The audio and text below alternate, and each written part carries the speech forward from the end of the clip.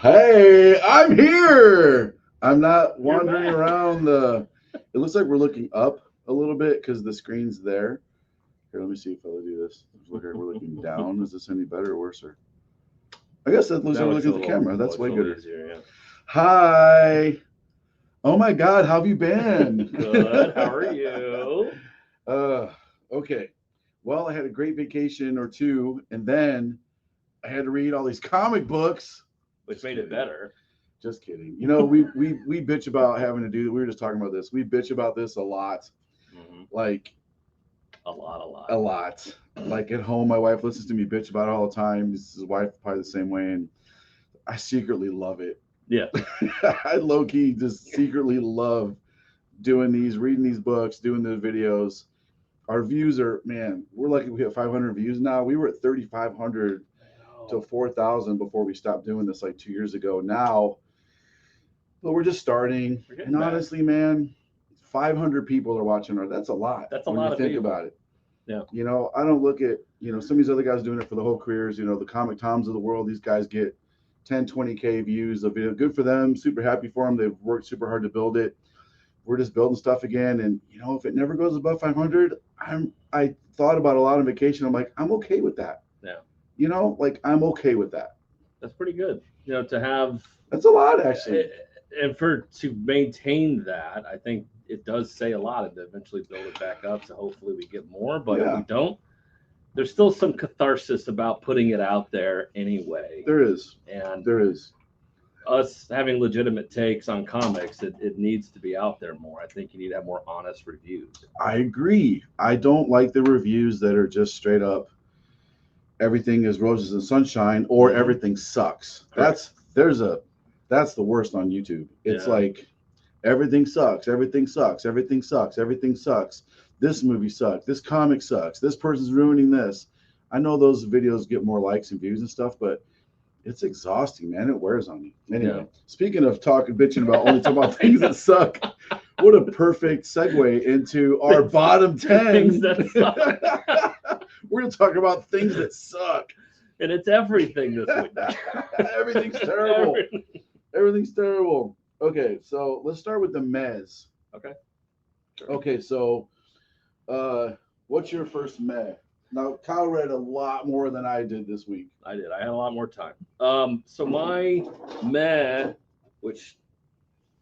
Oh, you're the only one that read this. I know. Ice Cream Man 44. He's the only one that had an Ice Cream Man to read. Look, the past several issues of Ice Cream Man have tanked. W. Maxwell Prince has unfortunately drank the Kool-Aid, TDS, big time, all into politics, all modern politics. What's TDS? Trump derangement syndrome. Oh man. So he unfortunately has. It's been the past several issues of this, and this one, it's not bad. It's in there, sprinkled in there. He wants to take his jabs at corporate America and how they're all heartless and how you could solve the homeless problem incredibly easy. You just need to listen to the one lowly guy who has all the answers, but corporate America just beats you down, you stupid idiot. And then Second Amendment rights and how people have crazy gun. It's like, you're a crazy nut if you own a gun. It's just like, my gun's right over there. Yeah. I literally have an assault rifle in my office.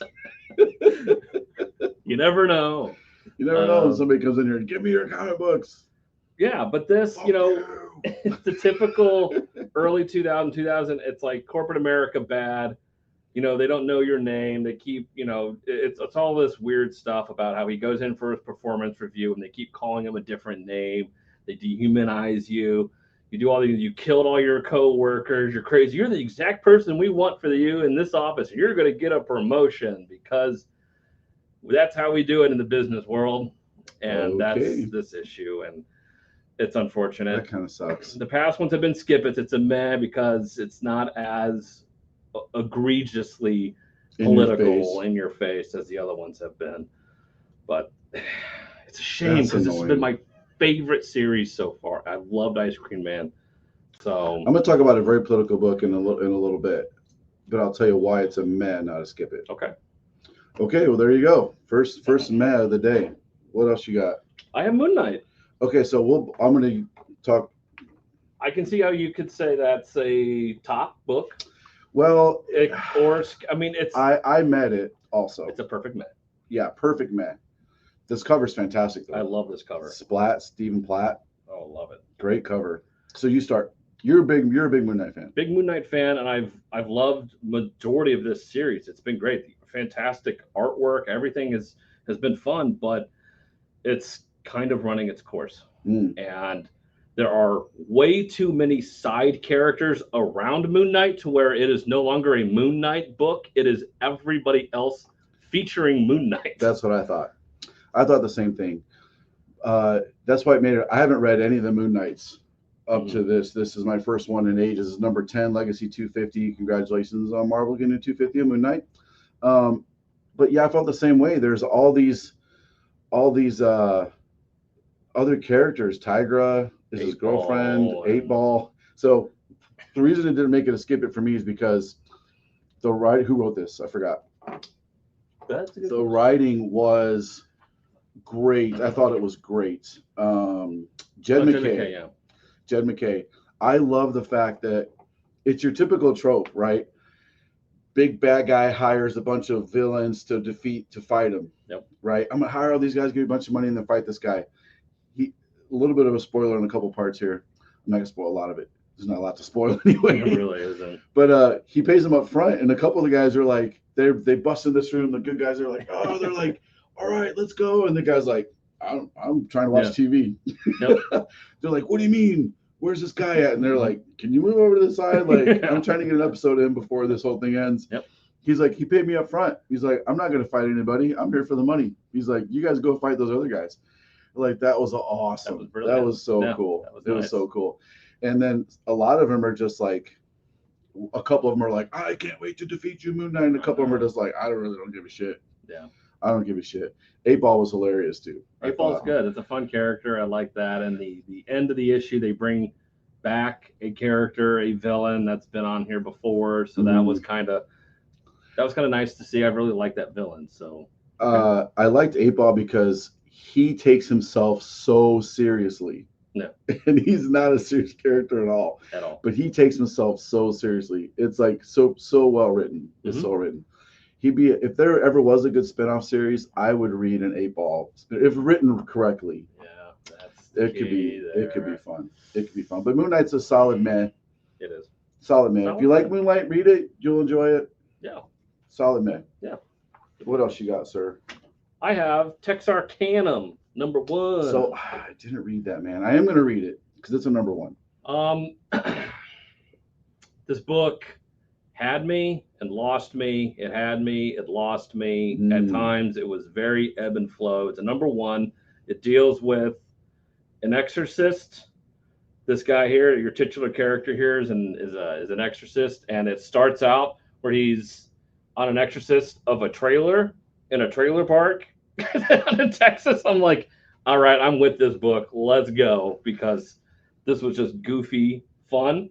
And then it gets a little more serious in the sense that, okay, now we are going to come to a screeching halt, and we are going to slowly, very slowly, teach you about exorcisms, where it go, what happened. It's like, who is this guy? And he's going to slowly talk about how he's talking to a female sheriff. I mean, look at that. How fun is that? I mean, that's awesome. That's fun. That's just stupid fun. I'm like, okay, absolutely. That's cool.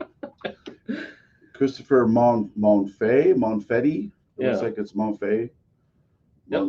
Monfetti. Yeah, and the art's pretty solid throughout. I really like it. There's some great background Johnny's in here. I mean, that's rare. And so he shows up to this town. He gets a call saying that the plagues of Egypt are now taking over kind of this town, and they're all happening at once.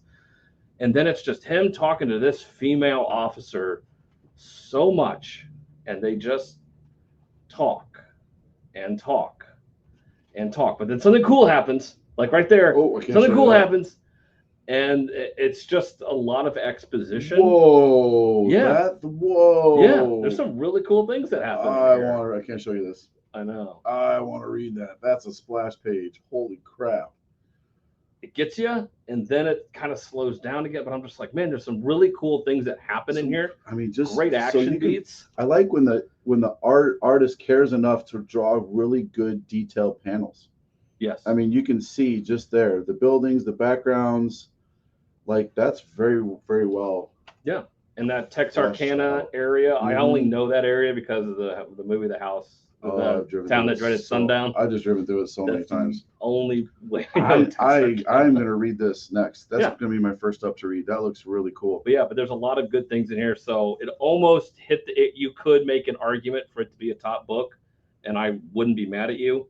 But there were just a few pages in here that I was just like, get rid of this stuff because you really don't need this guy. Cluttery. Is it backstory stuff or is it just kind of?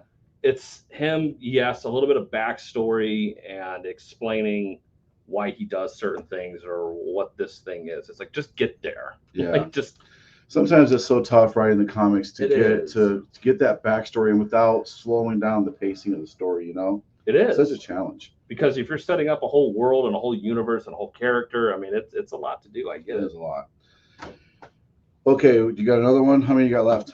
I have 4. Okay, I will put a meh up. Okay, go ahead. I got Money Shot. I got Captain Planeteers number 2. Oh, I gave that to you to read. So you start with Captain Planet. Issue 1 was. Is this a Jay Lee cover? That's a Jay Lee cover. Jay Lee's been getting some work. He's been doing a lot of work, and he had his own series so far. That's not very good. Okay, so if somebody's not a fan of Captain Planet, our age being a fan, wanting to read it, like this was a meh cartoon for me as a kid. And looking back now as a kid, I'm like, it is very chintzy and stupid about how you recycle. Yeah, it was a meh cartoon. Even the description, Captain Earth, Fire, Wind, Water, Heart. With their powers combined, they summon Earth's greatest champion, Captain Planet. And who was in the book? Captain Planet. Oh, no way. He shows up at the very. So this is all set up to get a little bit of booty. Oh yeah, that is one of the nicest cake shots of Gaia right there. I was like, you know what? Hats off to that. I can appreciate that shot. This is all just to get the Planeteers into one location, very clunkily, to get them into one spot. And they all, of course, hate each other. They all start fighting each other. Then you have the one with the heart, of course. It's like, we need to come together. We all need to work together as one. Oh, they're all different. They're different races, right? Yes. They're all doing their own thing. Of course. I mean, it can't be American Planet, Captain Planet. You gotta represent. You gotta represent. But you can't represent all the countries. I assume they just cover like what? Brown, black, white. You got it. Asian. Russian. Oh, Russian. Okay. Spoiler alert. Yeah, she's the Wind is Russian. She's a Russian. Oh, can't trust her. But it is so long. This book felt like it was 40 pages. It looks like a meh. But at the end, it wasn't skip it. The art is pretty good. Okay, so okay. No, give me a break here. Money Shot. I know why you gave this a meh. Okay, I love Money Shot. Let me start with that. I'm a fan of this series. Tim Seeley. How many times this whole series is a breath of fresh air. Here's why. Read any Marvel or DC comic. For especially the last 4 years, 5 years, the characters have been desexualized to a point of almost being like unhuman and unrelatable, if that makes sense. That's true. There was a Wolverine issue a long time ago where it starts off, they're in a seedy motel, and all of a sudden you see Jean Grey walk out of her room, and she goes and gets ice and comes back, and then Logan's laying in the bed. You can tell they just banged. And then it's Mystique. She changes back into Mystique, and he's like, that's not funny. You don't do that. And she's like, what? And you can tell they freshly banged. They just did it. I mean, clear as day. And they even talk about it. She's like, are we going to keep doing like this? And he's like, sure, as long as you want. Like, they had sex, characters that have, I mean, come on, man. Like, especially if they look like the X-Men and they have power. I mean, geez.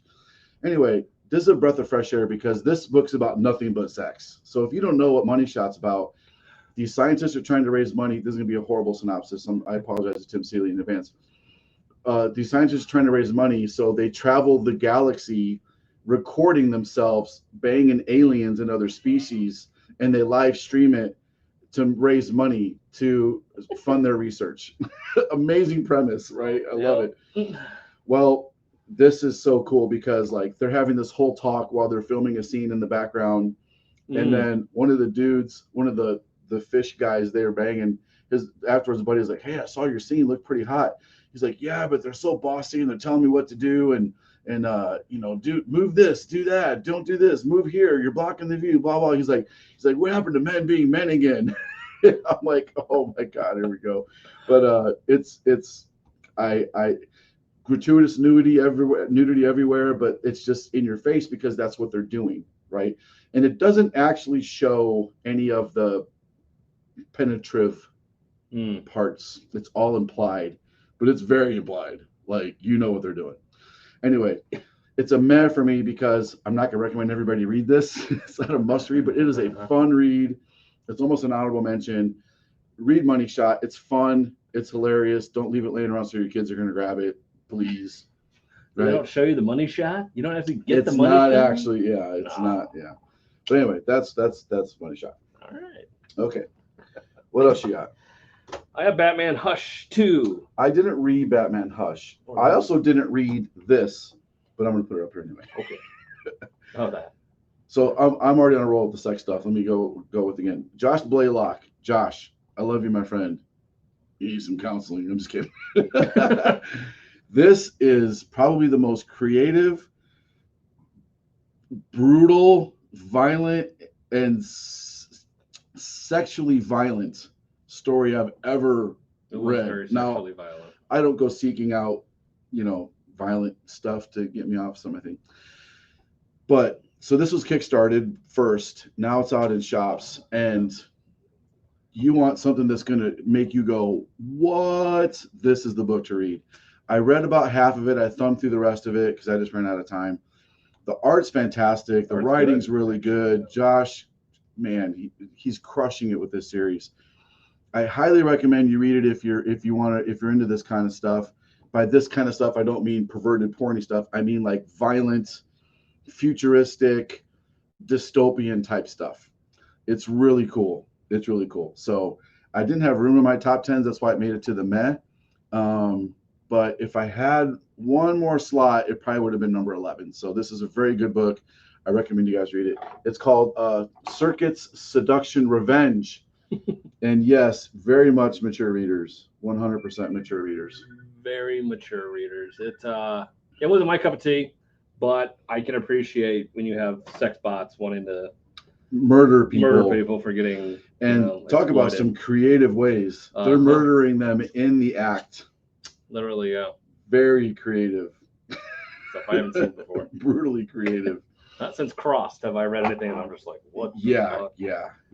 Okay, now tell us about Hush. Now I haven't read any of the Hushes yet. I'll probably review the next one, but lay it on us, brother. So Batman 161, Hush 2. I'm surprised it's only a meh, and it's number 2.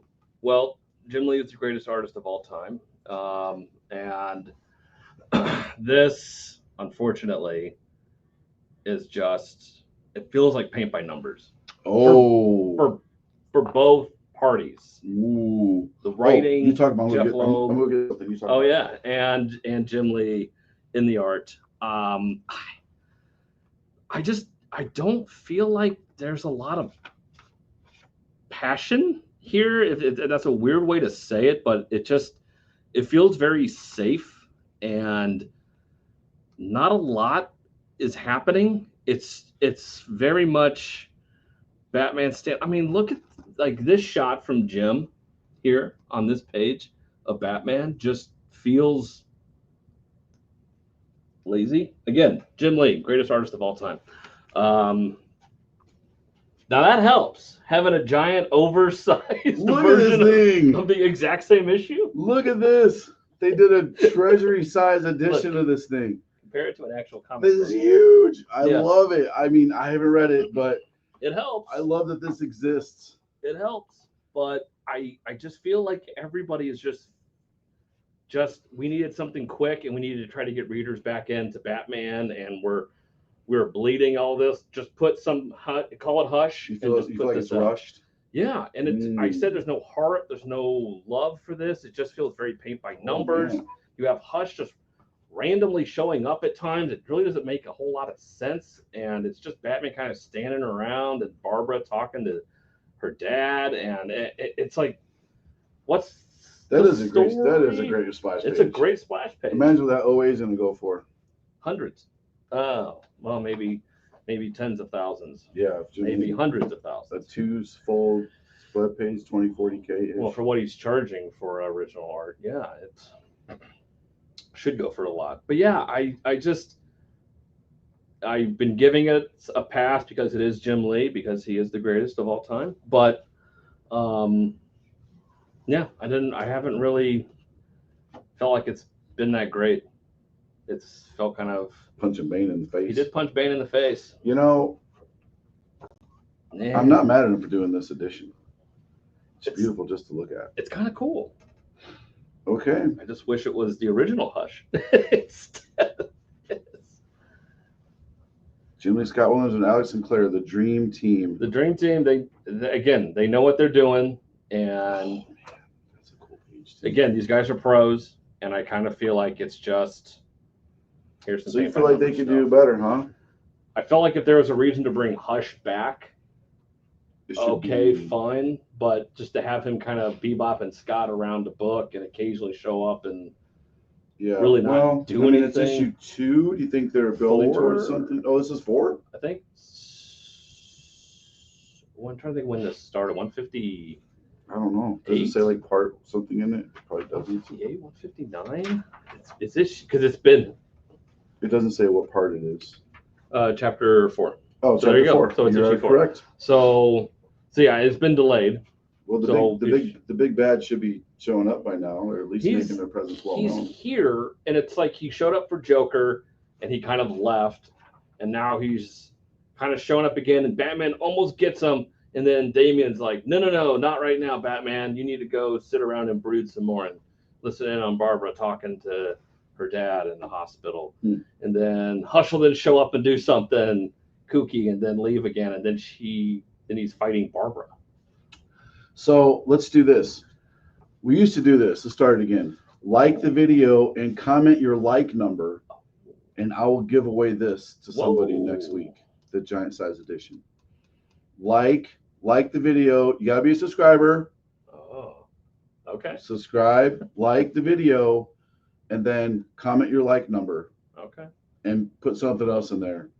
Fuck you guys. Love you guys. You're both douchebags and idiots. We get a lot of those. You're geniuses. Don't get a lot of those. You're both racist Nazis. You get a lot of that. I hear that every day. Yeah. Not too far off. Yeah. Neither racist nor a Nazi. Right. All right. Okay. This is a mess. Oh, I can't wait to talk about that. Okay, you go and talk about it and I'll revisit it later. I have Bloodletter. Okay, I have Hot Valley Days and Cocaine Nights part 2 of 3.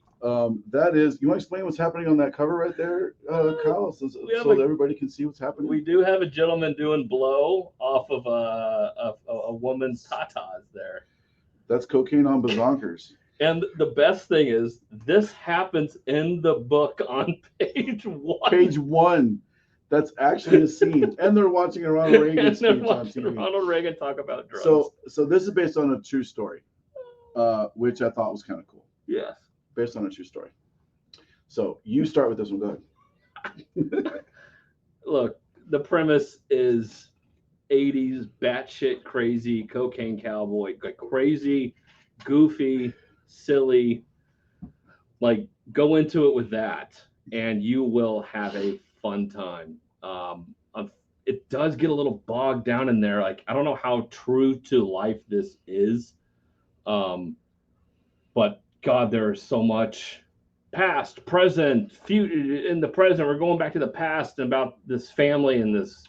Yeah, they jump around telling this girl's story. So much telling this girl's story with her brother and with this band and trying to, with the record label, trying to sign these bands. And I got a little confused because there's 3 different dudes, prominent dudes in the story. Yep. An ex-boyfriend, a current boyfriend, and then her brother. And I was getting a little confused with the time jumps of who's who. Correct. I kept thinking the one guitarist was her brother. I'm like, no, yeah, I'm glad they put a hat on one of the dudes because then I could, okay, that's Hat Guy. And I kind of got a little lost, but that one actually made it into my top 10s as a recommendation. And that's fair. It did, because I can see why. And the reason why is because I thought the art was very, very good. Art is very good. The pacing, even though it's a little confusing, the pacing is good.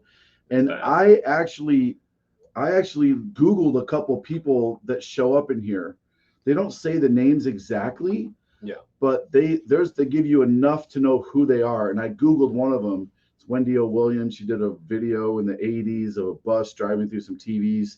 She shows it very briefly. She goes into her yoga class. It's basically how it's so interesting how she got into the music industry by knowing a person that knows a person that knows a person in LA at this time. Everybody knows somebody. I thought it was very interesting. You get into selling coke. Basically, if you sell coke and you become that, you can get into the record industry and you can start signing. Pretty much. And she's already starting to go downhill because she's constantly just. Yep. She's nonstop through the whole issue. Yeah. Hey, you look a little tense. Take some coke. You'll be fine. Yeah, and they make it a point to say to show her doing it constantly. Oh, yeah. I thought the story. I feel like this is like an HBO miniseries that should be coming out. It should. It's very much like the movie Blow with Johnny Depp and a lot of those other things that have been done that based on true stories and true events. You have the fun highs of when you first get into the industry and the business and stuff is great and everyone's doing blow and you're all partying and having a good time, and then it's like, and the happiness starts to get. So I'm waiting for that issue 3. So this was a bloodletter. It was a meh to me. Like, this girl who it's her second issue. She just shows up. Apparently, she knows everybody in the Spawn universe. She has history with all of them. They're retconning all of these events that happened, and she was here and there, and she was trained by Jessica Priest, who's now she Spawn, and she fought medieval Spawn, and she wants to kill Al Simmons, and they're like, no, you're never going to kill him. She's like, but I'm stronger now. And it's like, but he's a badass. He's Spawn. So it's kind of weird. I feel like it's a meh. If there was a lesser week, it may have squeaked in. It wouldn't have been my top 10. It's still a meh. Good. The first issue made my top 10 just because it's her first appearance and it's a key. This one, it's a meh. Third one, I hope it picks up, or maybe a skip it. I don't know. Anyways, I can assume. That's the deal with those. I can assume. I'm gonna pick something I know you didn't read. Okay. What the fuck is that? Calexit. Sure. I have The Curse of Shirley Johnson, number 2. Okay, I'll talk about that one later too. That's fair. Okay, you start with Shirley. Look, I love Jonathan Galapian. His art in this it's unparalleled right now as far as what's going on. Yeah. Especially in Spawn books. After, you lose some of your heavy hitters like on Gunslinger, it's like you lose Brett Booth. It's like that thing just this, thank God you have him on this, because that's why it's a meh. Because again, much like Bloodletter, I feel like you have to read every single tie-in, have read every issue of Spawn. And I know I like Spawn. I grew up kid in the 90s. I love Spawn. But like, I don't give a shit about the lore that much, and that many issues of Spawn. It's like I am not going back and rereading a lot of this stuff to actually care about these characters who show up in this, to feel that emotional impact that I think they want you to feel in this. Yeah. So here's what I'll say about this issue. It almost made it to the mess for me. It did make it into my top 10. And that's fair. For a couple reasons. So the very thing we complain about so many times, I feel like this issue needs it. It needs the 2 pages of people talking a lot to explain what's happening, because even give me the little asterisks to say, like, as happened in Spawn number whatever, or as happened here, or don't forget folks, this is the person that did this. I almost I need a debrief on this. Like you do. I need to give me a reminder course of, because if you're not a Spawn, like hardcore Spawn person, you're going to be a little confused. And I was a little confused. I was very confused.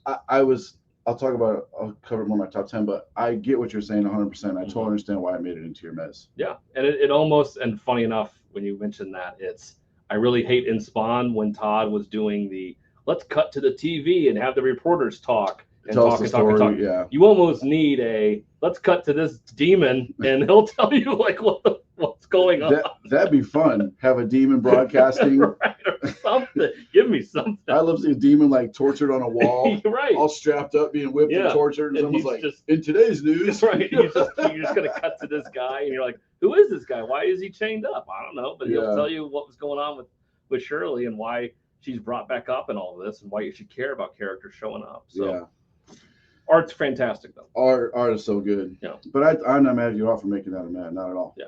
Okay, I almost want you to read Calexit, and then I want you to do a video one-off of Calexit because you. I have a feeling I'm gonna hate this book. You would hate every second of this book. Every second of the book. Here's why I didn't make it a skip it. So it's extremely political. So this is actually a continuation of the Calexit series. This is Calexit Battle for Universal Studios, basically. Okay. So I'm going to butcher the premise again, but there's a civil war based over immigration, and California doesn't want to follow the rules that the country. And this was made. Calexit started before Trump got elected. This is started back during maybe during Trump's first term, maybe. They prognosticated what was going to happen. Maybe, yeah. Okay. So a lot of the cities of California had its own little civil war. The rural areas that are more right wing fought against LA and San Francisco and the more left wing areas. So there was like a civil war because almost every state, the main cities vote blue and all the outlying people are red. It's almost always the case, right? Yep. Well, they went to war with each other, and then they called in the National Guard. The country did to fight against them. So, and there's a whole map in here that explains these cities are under this control, these cities are fighting here, these cities are under the resistance. Well, there's a super left-wing, self-righteous chick that's the leader of the resistance, and she's so annoying. You want to just reach through this. You want to strangle her. Like, I imagine she's every girl on the campus of Stanford or UCLA or Berkeley, like Cal, anywhere. She's every girl that's been on that campus for more than 20 minutes. But there's a dude in there. He's like a smuggler. He smuggles between both sides. You know, one guy's like, hey, give me some more of those pills that make my wife happy, and he smuggles all kinds of stuff, and he's calling her out on all her bullshit in the book, and she gets so mad. So at first I was like, okay, whoever's writing this is just preaching to us, and I was going to have a good time ripping this book to pieces. But then the dude is almost representing the right side of things, or just not even the right, just another point of view, because he's not right or left, he's just a different point of view. And he's pointing out her hypocrisy, and she gets so mad. She does just like a far left person. You can't talk reason. Well, far right, same thing. Any extreme, you can't talk reason to them because that's why they're extremes, right? But she gets so mad. She's like, stop talking to me. And she wants to like fight him and beat him up. And it's like, oh, I thought violence isn't the answer. And it's so funny because as soon as the first scene, she kills these dudes and she's taking their guns, assault weapons. And it's like, I thought these were supposed to be banned. Yeah, guns bad. But unless you need them to serve a purpose, right? If she really should be throwing sticks and rocks at people because guns are bad and all lives matter, whatever. Anyway, I enjoyed it because of the two sides that it showed. It shows both sides' hypocrisy. It's actually a much deeper read than I expected. So kudos to the writer. It's a lot deeper than I thought. Pizzolo. Sorry if I screwed your name up. My name is Hodachko. I understand. But yeah, it's pretty. Black Mask Studios? Yeah, Black Mask. They were really, really hot when they first came out. And then I think they started getting into this political stuff. This dude, for some reason, all these girls want him. Slow spoiler here. He handcuffs this girl because she's supposed to protect her. But this girl wants to have sex to get information. So she wants to clean up. He's banging this girl in the bathroom while the girl's washing her hands, the super lefty girl, and this other girl wants to bang the courier guy. So there's some very interesting scenes in there.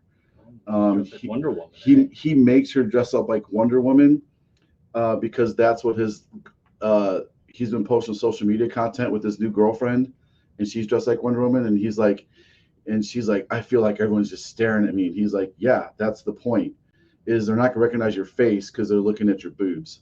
He's like, it's called a distraction.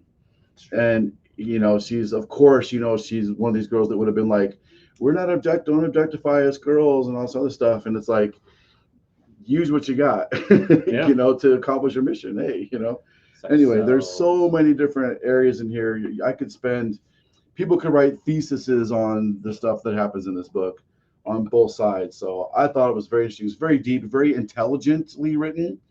So I enjoyed it. And I'm going to let you take this, sir, because I want you to read it. I can't wait. Yeah, that'll be right on the top of the stack. I can't wait to hear your thoughts on this. I almost want to give you put a little secret cam when you read it. Here you're going, oh God, oh fuck this girl, oh these people. That may end up in the trash. And then, but then when you'd be like, yes, tell her. Okay. That's it for my mez. I have a mez. I barely read Psylocke, but it is a key first appearance of the White Lady. Ah, the Lady in White. Lady in White. What? No, I made that up too. She's a lady. Yeah, the Lady in White. Hey, I didn't even read it. She shows up, and she doesn't just show up on a page. She is in the book. Thank God. And then at the very end, I don't know if this is a thing. Here she is. I don't know if Psylocke becomes the Psylocke in White. Oh. The ninja in White. She's ascended white power. The Asian in White. White power. Good for her. I don't know, and then next issue is going to be Psylocke. Maybe first cover if that's a thing. But it's definitely a key. I don't know if keys matter anymore nowadays, but it's one of them. And then I got ASM as a man. I didn't read this yet either. I feel like Kyle even said he's been fighting this guy forever. Hellgate. Yeah, Hellgate. It's a skip it for me. Out of nowhere. And I tried to read back, and so did Kyle. This dude, I think it's a dude. I don't know. Shows up. I don't know. Out of nowhere. Has two panels. This panel, and then that panel, and then they're gone. And this person's name is Captain Kintsugi. Kintsugi. Kintsugi. Captain Kintsugi. What are you? Oh, you need to help us, Spider-Man. That's my samurai voice. I don't know. Oh God. Anyway, me help us, Spider-Man. You fight a big lava man. For 4 issues, me help you finally move on in the story. Please God, I'll take anything at this point. Captain Kamikaze, whatever the hell your name is. Please God. Fight this guy forever. And then at the end, he's still not done. He's not. He's still super powered. Like, now I'm really going to fight you. It's like, wait, what? Yeah, he's still not done fighting him. It's a never-ending boss battle.